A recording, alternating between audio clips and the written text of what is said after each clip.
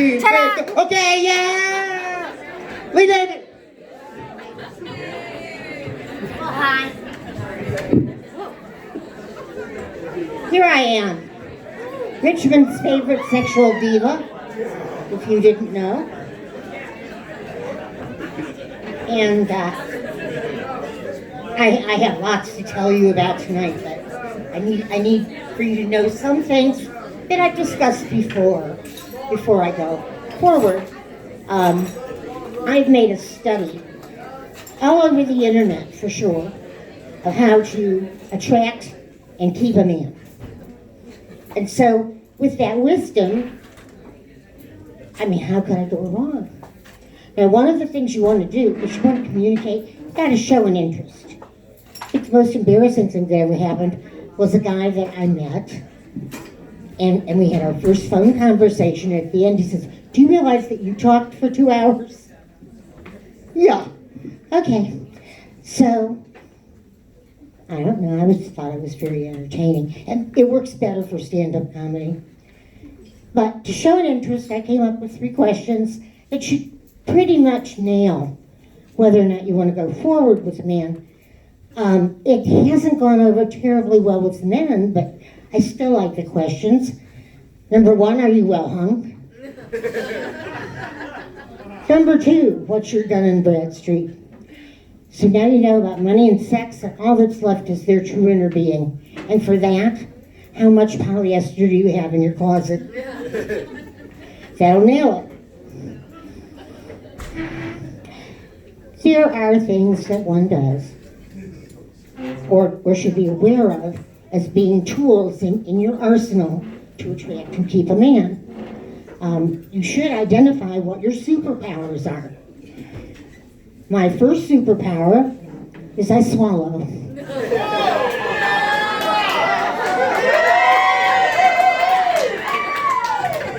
And I'm going to tell you, getting older is a bitch. And one of the things that happens is your bladder goes wonky on you.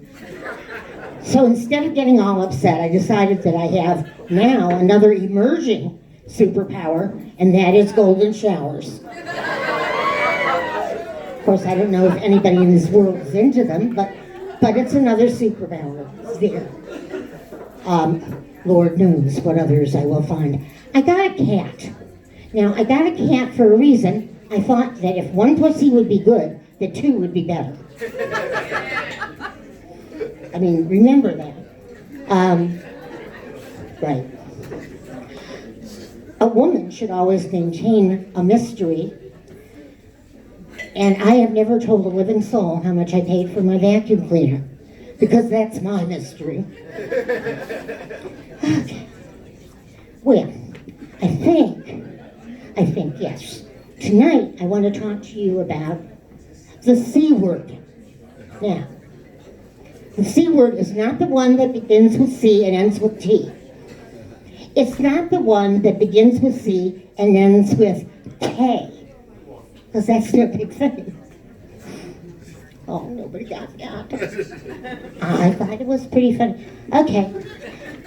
It's not cuckold, because I think that just sounds dirty. It's not cabbage, cucumber, or cauliflower. And it's not keto, because keto doesn't start with a C. The word is cancer. We're going to talk about cancer.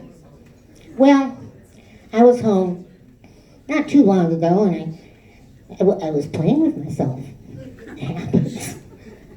And I felt a lump. I'm here to tell you that you can't mistake the lump for anything else. It's really a lump. I felt a lump. So I decided to get a mammogram. And mammograms are really strange because they stick you in between 2 plates and flatten you out like a pancake. I'm glad I was a little bit older before I had that done, because I'm sort of floppy anyway, you know. Of course, I'm bigger now than I ever was. It's just that you have to look lower to see them.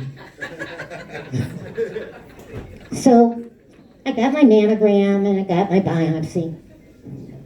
And the surgeon calls me in. Moment of truth, he says, your right boob has got to go. We're going to take your... Now, I gotta tell you, I'm very fond of that boob. We've been together a long time, right? We sort of learned to coexist very well together. Yeah, I looked at him. I said, well, I guess it's not the end of the world because my significant other is an ass man. Moving right along. And so now the adventure begins, I suppose.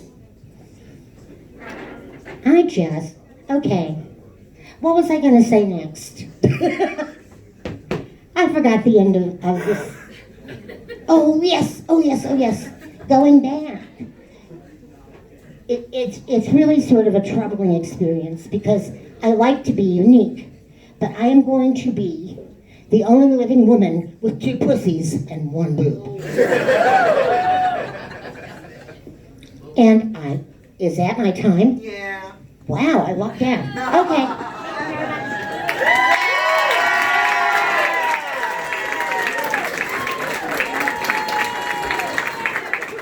It's right there. One more time for Lee David, everybody. Wasn't she fantastic?